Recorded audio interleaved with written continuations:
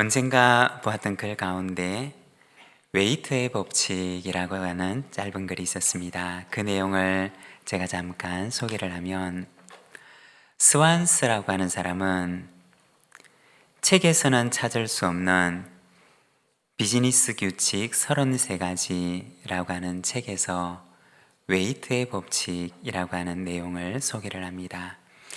그 법칙에 따르면 당신에게는 친절하지만 웨이트에게는 무례한 사람은 절대 좋은 사람이 아니다 라는 것입니다. 한 고급 레스토랑에서 서빙을 하던 웨이터가 그만 실수로 사업 이야기를 한참 하고 있는 한 손님에게 그만 와인을 쏟고 말았다고 합니다. 그러자 옷을 버린 그 사람은 불처럼 화를 내면서 말합니다. 당신 지금 미쳤어? 당신 내가 누군지 알아? 여기 지배인 나오라고 그래. 맞은편에서 그 사람과 중요한 계약을 하기 위해서 앉아있던 사람은 당시 의료업계에서는 거물이었던 여성 사업가 브렌다 반스라고 하는 사람이었습니다. 그런데 식사가 끝나자마자 이 여성 사업가는 그 사람과의 거리를 취소해버렸다고 합니다.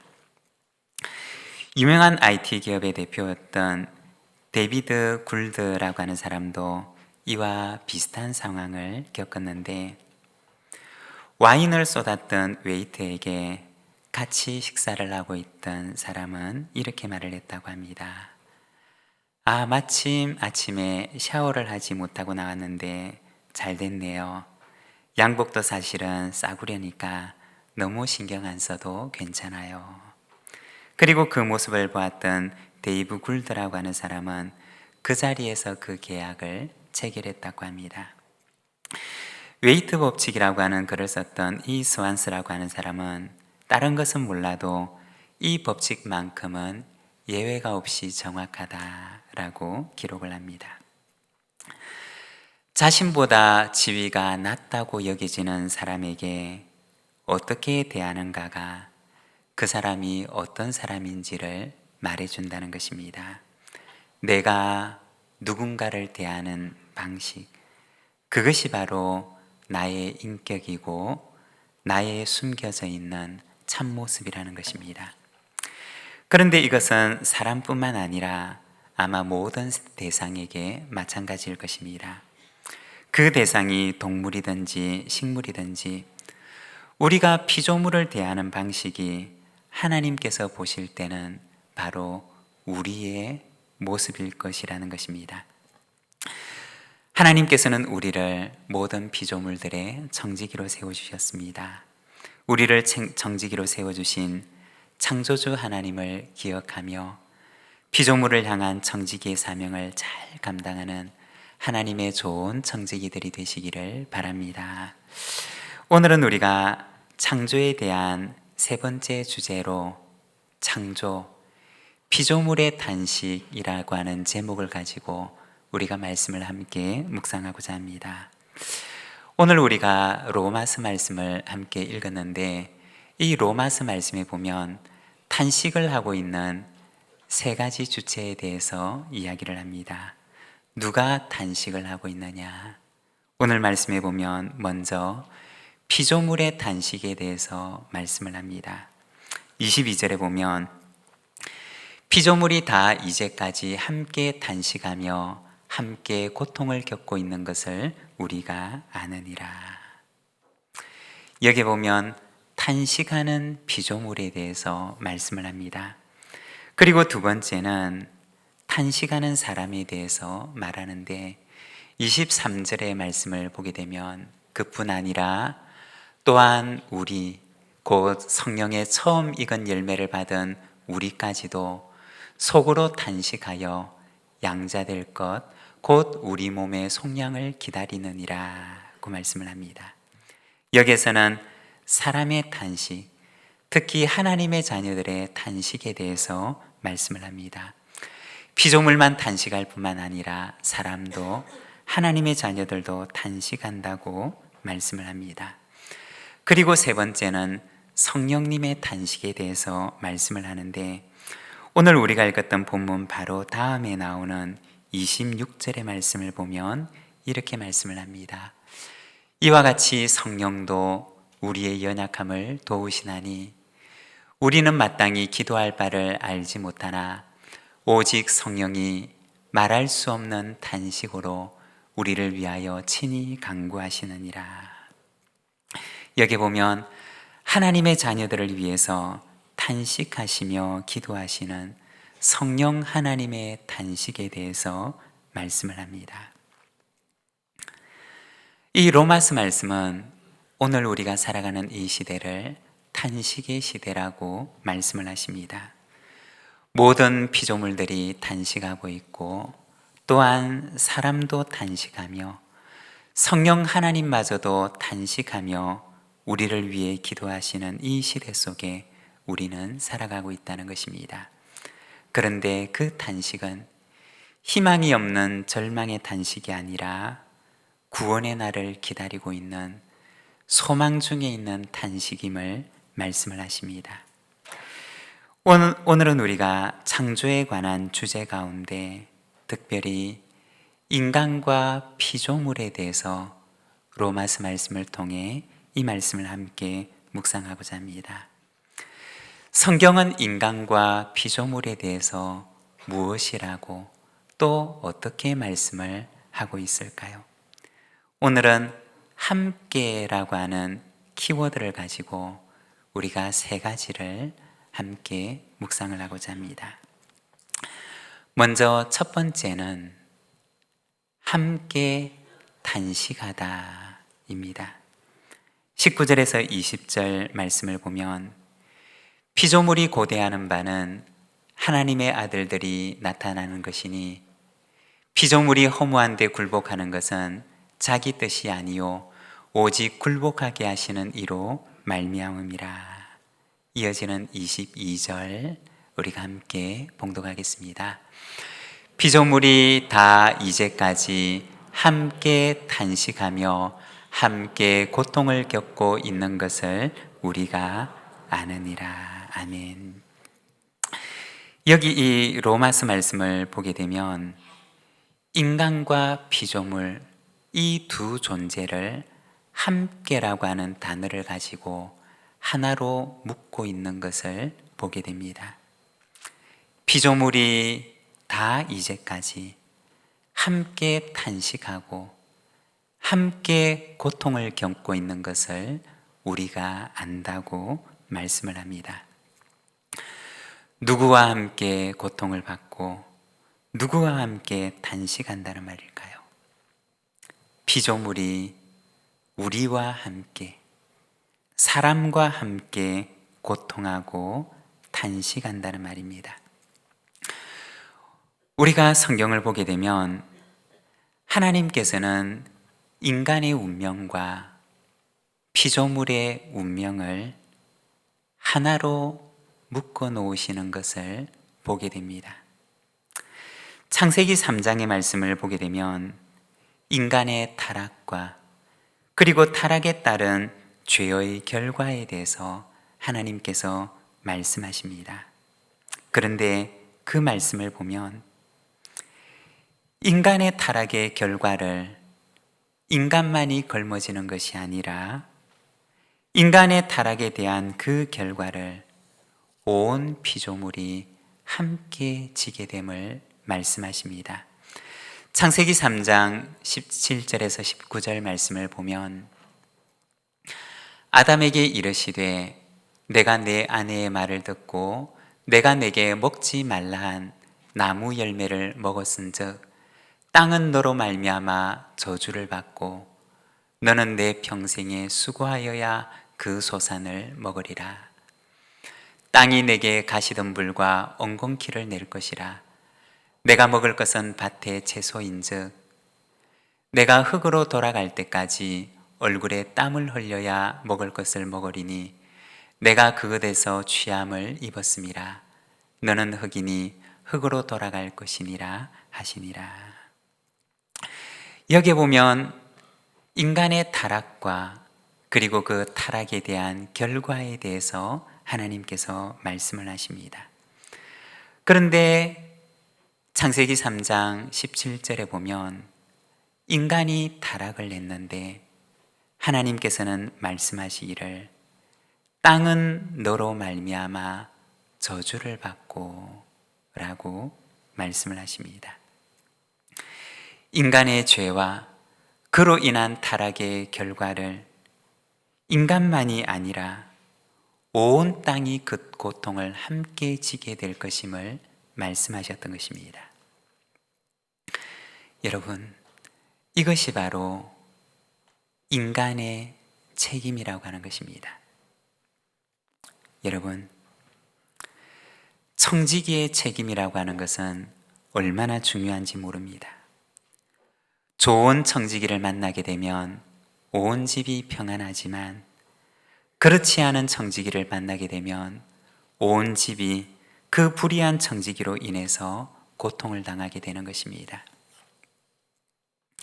가정에서도 마찬가지인데 하나님께서 가정을 세우시고 우리를 하나님의 가정에 청지기로 세워주십니다.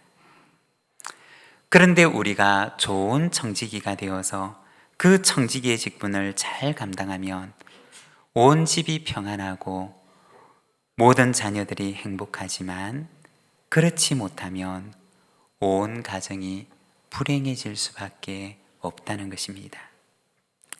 일터도 마찬가지인데 하나님께서 맡겨주신 일터에서 우리가 좋은 청지기가 되면 우리가 있는 그 온 일터가 행복합니다. 그러나 청지기의 마음을 잃어버리는 그 순간 일터는 불행과 고통의 장소가 되고 맙니다. 여러분, 가정에서나 일터에서나 하나님께서 우리를 보내시는 곳 그 어디서든지 나로 인해서 모든 사람들이 복을 누리도록 좋은 청지기가 되어 살아가시기를 바랍니다.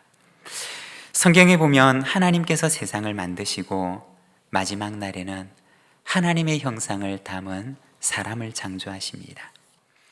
그리고 그 사람에게 온 피조 세계를 부탁하십니다. 하나님께서 사람을 온 피조 세계에 청지기로 세우시고는 그에게 말씀하시기를 생육하고 번성하여 온 땅에 충만하여서 하나님께서 주신 온 피조 세계를 다스리라고 말씀을 하십니다. 만일에 청지기로 세움을 받았던 그가 좋은 청지기가 되어서 이 다스림의 사명을 잘 감당했더라면 모든 세계는, 모든 피조 세계는 그로 인해서 하나님의 충만한 복을 누리며 살아가게 되었을 것입니다. 그런데 그 청지기가 타락하게 되었을 때 그 저주도 모든 피조물들이 함께 감당해야 했음을 말씀을 하고 있습니다. 성경을 보면 하나님께서는 인간과 모든 피조물을 하나의 운명 공동체로 만들어 놓으셨다는 것입니다. 함께 복을 누리며 함께 고통을 받는 공동 운명을 가진 공동체로 만드셨다는 것입니다. 이것이 바로 성경이 이야기하고 있는 피조물과 인간과의 관계입니다. 여러분, 피조물과 사람은 같은 운명을 지니고 있는 공동체입니다. 그런데 온 피조물의 청지기로 세우신 하나님의 그 위탁과 부탁을 잊어버리고 마치 자신이 그 피조물의 주인인 양, 마치 그 피조물을 주인 없는 것을 준 사람인 양, 그 피조물을 내 것인 양 아무렇게나 사용하고 파괴하고 소비하고 낭비하는 것은 비단 그 피조물을 향한 행위일 뿐만 아니라 그 행위는 곧 자기 자신을 향한 행위가 될 것임을 말씀을 하는 것입니다. 언젠가 기발한 아이디어를 가지고 광고를 기획했던 광고 천재라 불리는 이재석이라고 하는 사람이 만든 광고를 보았던 적이 있습니다. 그 중에 2개의 광고 사진을 가져와 봤는데, 하나는 긴 총구를 가지고 있는 총을 군인이 누군가를 향해서 겨누고 있는 사진입니다. 그런데 이 사람은 이 사진을 전봇대에다가 붙여놓습니다.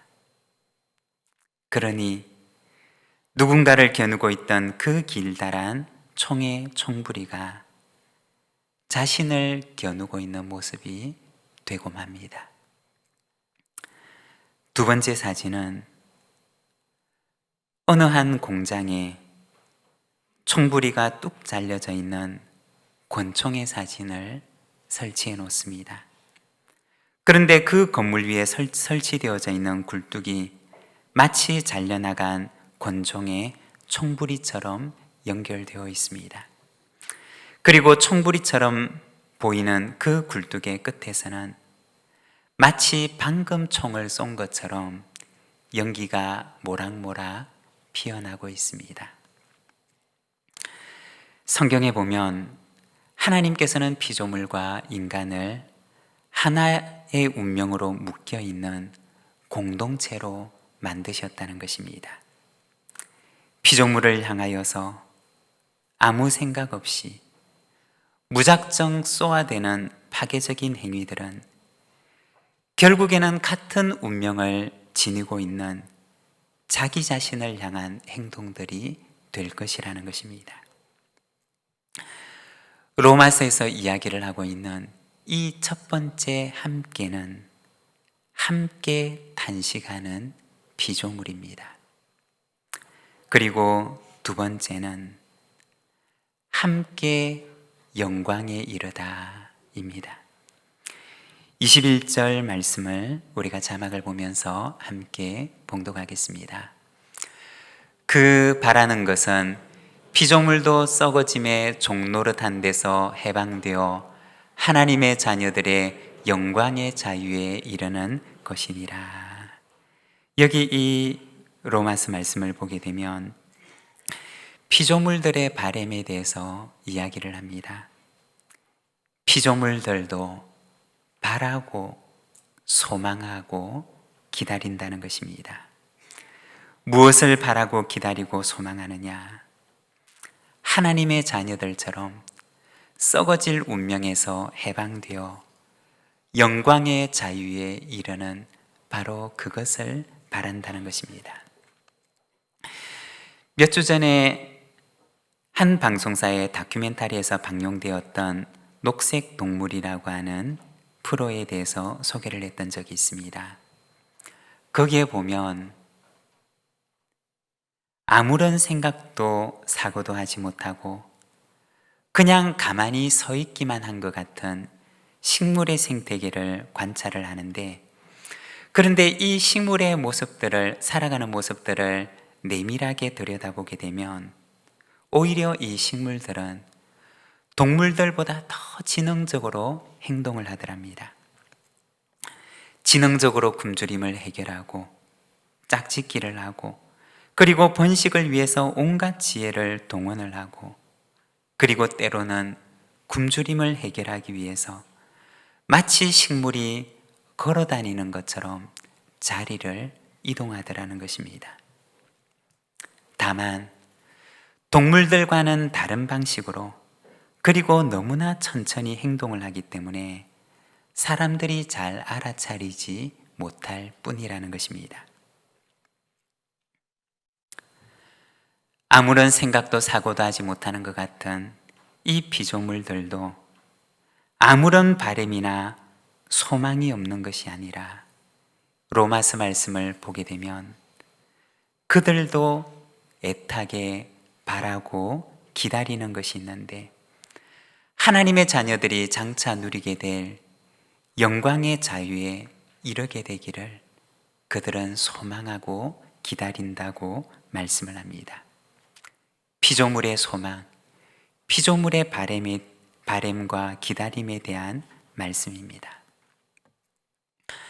여러분, 하나님께서 우리에게 맡기신 사명은 너무나 큰데, 그런데 우리는 얼마나 작은 생각 속에 갇혀 있는지 모릅니다. 나만 알고, 나만 생각하고, 인간 중심적인 생각과 인간 중심적인 사고에만 갇혀 있는 것이 우리의 모습이라는 것입니다.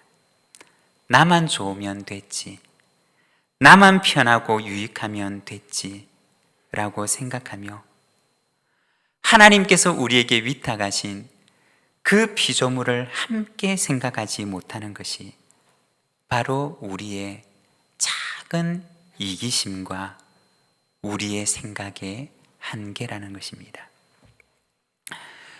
로마서는 말씀하시기를 피조물이 인간과 함께 탄식을 할 뿐만 아니라 이 피조물들도 인간과 함께, 하나님의 자녀들과 함께 영광의 자유에 이르기를 원하며 그날을 기다리고 있음을 말씀을 하고 있습니다. 인간과 피조물은 한 소망을 가지고 같은 길을 걸어가는 좋은 친구이고 좋은 동반자라는 것입니다. 저는 창세기 1장 29절 말씀을 읽으면은 설명할 수 없는 감동이 몰려오는 것을 느끼게 됩니다. 창세기 1장 29절 말씀을 우리가 같이 한번 읽어보겠습니다. 하나님이 이르시되 내가 온 지면에 씨 맺는 모든 채소와 씨 가진 열매 맺는 모든 나무를 너희에게 주노니 너희의 먹을거리가 되리라. 아멘. 여기에 보면 하나님께서 사람에게 채소를 그리고 나무의 열매를 선물로 주시는 것을 기록을 하고 있습니다. 우리가 창세기의 그 장면으로 돌아가 보게 되면 하나님께서 지으셨던 세상은 어떤 세상이었느냐? 서로가 서로에게 선물이 되는 세상이었습니다. 하나님께서 피조 세계에 주셨던 가장 큰 선물은 하나님의 형상을 담고 있고 하나님의 마음을 가지고 있는, 그리고 그 마음을 가지고 피조물을 돌보고 섬기는 사람이라고 하는 존재였습니다. 하나님께서는 이 사람을 지어서 온 피조 세계에 가장 큰 선물로 그를 안겨다 주었던 것입니다. 그리고 또한 뿐만 아니라 사람에게는 씨 맺는 채소와 씨 가진 열매 맺는 나무를 선물로 주십니다. 나무와 사람은 서로의 가장 좋은 선물을 서로를 위해서 나누는 제일 좋은 친구이고 서로에게는 축복 같은 존재였다는 것입니다. 뿐만 아니라 모든 피조 세계의 관계가 바로 그러하였습니다. 서로가 서로에게 하나님께서 주시는 선물 같은 존재가 되었던 것이 바로 그 첫 창조 세계의 모습이었다는 것입니다. 그리고 하나님께서는 그 모습을 보시고 하나님 보시기에 좋았더라고 말씀하셨습니다. 여러분, 그 모습을 한번 생각해 보십시오. 서로가 서로에게 선물이 되는 세상, 서로가 서로에게 축복이 되고 서로가 서로에게 기쁨이 되는 그 세상, 하나님께서 그 모습을 보시고 너무나 좋았다고 말씀하셨던 그 세상, 이것이 바로 하나님께서 만드신 세상이며 하나님께서 지으셨던 우리의 모습이라는 것입니다. 여러분, 우리는 서로에게 선물 같은 존재로 하나님께서 지으셨습니다. 그리고 우리는 모든 피조물에게 하나님의 지극한 선물 같은 존재로 우리를 만드셨다는 것입니다. 여러분, 우리 곁에 계신 분들에게 이렇게 한번 인사를 나누겠습니다. 당신은 하나님의 선물입니다. 인사하겠습니다. 당신은 하나님의 선물입니다. 여러분, 그렇습니다. 나는 누군가에게, 또 그는 나에게 선물이 되는 존재가 바로 하나님께서 만드신 이 세상의 모습이라는 것입니다. 모든 피조 세계는 하나님의 자녀들과 함께 영광의 자유를 누리게 될 그날을 바라고 소망합니다. 그리고 그 영광의 날이 언젠가 우리에게 오게 되리라고 성경은 말씀하십니다. 사랑하는 여러분, 내가 누군가에게, 그리고 누군가가 나에게, 그리고 우리가 모든 피조물들에게 하나님의 선물 같은 존재가 되어 축복 같은 삶을 살아가는 저와 여러분, 우리 모든 믿음의 가족들이 되시기를 바랍니다. 그리고 세 번째는 함께 기다리다입니다. 23절 말씀을 우리가 함께 봉독하겠습니다. 그뿐 아니라 또한 우리 곧 성령의 처음 익은 열매를 받은 우리까지도 속으로 탄식하여 양자 될 것 곧 우리 몸의 속량을 기다리느니라. 아멘. 여기에 보면 성령의 처음 익은 열매, 즉 성령의 선물을 받은 하나님의 자녀들의 기다림에 대해서 말씀을 합니다. 그런데 이 말씀에 보면 우리까지도 라고 말씀을 합니다. 우리만이 아니라 우리까지도, 즉 하나님의 자녀된 우리뿐만 아니라 모든 피조물들도 우리와 함께 기다림을 말씀을 하는 것입니다. 22절 말씀을 보게 되면 피조물이 다 이제까지 함께 탄식하며 함께 고통을 겪고 있는 것을 우리가 아느니라고 말씀을 하는데, 여기에 보면 함께 고통을 겪는다라고 하는 말씀이 나오는데, 여기에서 고통을 겪는다라고 하는 말은 원어 성경의 의미를 보게 되면 출산의 고통을 말하는 것입니다. 온 피조물들이 출산의 고통을 겪고 있음을 말하는 것입니다. 출산의 고통이라고 하는 말은 기다림의 고통입니다. 그리고 그 기다림 후에는 새로운 선물이 주어지게 되는 고통을 말하는 것입니다. 이것이 바로 피조물들이 겪고 있는 고통이라고 이야기를 합니다. 어떤 선물을 말하느냐? 어떤 선물에 대한 기다림을 말하느냐? 하나님의 자녀들에게 주어지게 될 새 창조의 선물을 말씀하는 것입니다. 요한계시록 21장 4절에서 7절까지 말씀을 보면 모든 눈물을 그 눈에서 닦아주시니 다시는 사망이 없고 애통하는 것이나 곡하는 것이나 아픈 것이 다시 있지 아니하리니 처음 것들이 다 지나갔음이러라. 보좌에 앉으신 이가 이르시되 보라 내가 만물을 새롭게 하노라 하시고, 또 이르시되 이 말은 신실하고 참되니 기록하라 하시고, 또 내게 말씀하시되 이루었도다. 나는 알파와 오메가요 처음과 마지막이라.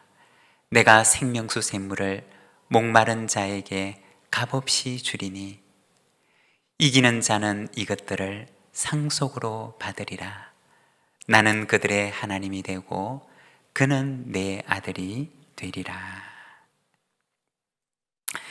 여기에 보면 처음 것들이 지나가고 하나님께서 만물을 새롭게 하시는 새 창조의 선물을 하나님의 자녀들에게 주십니다.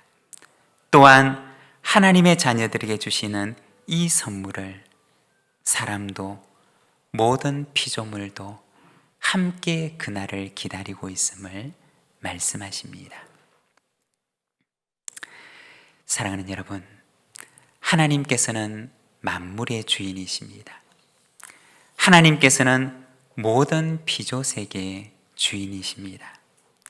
사람과 짐승과 하늘에 나는 새와 바다의 물고기와 모든 식물들과 하늘과 별들과 모든 피조 세계의 주인이 되십니다.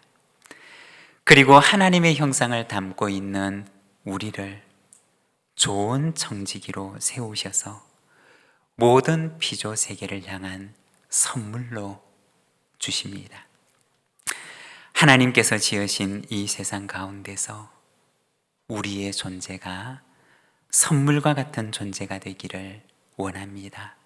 서로가 서로에게, 그리고 우리가 모든 피조 세계를 향한 하나님의 큰 선물 같은 존재가 되어서 하나님께서 지으신 이 세상을 하나님께서 보시기에 좋았던 그 아름다운 세상으로 지켜나가는 거룩한 하나님의 백성들이 되시기를 바랍니다.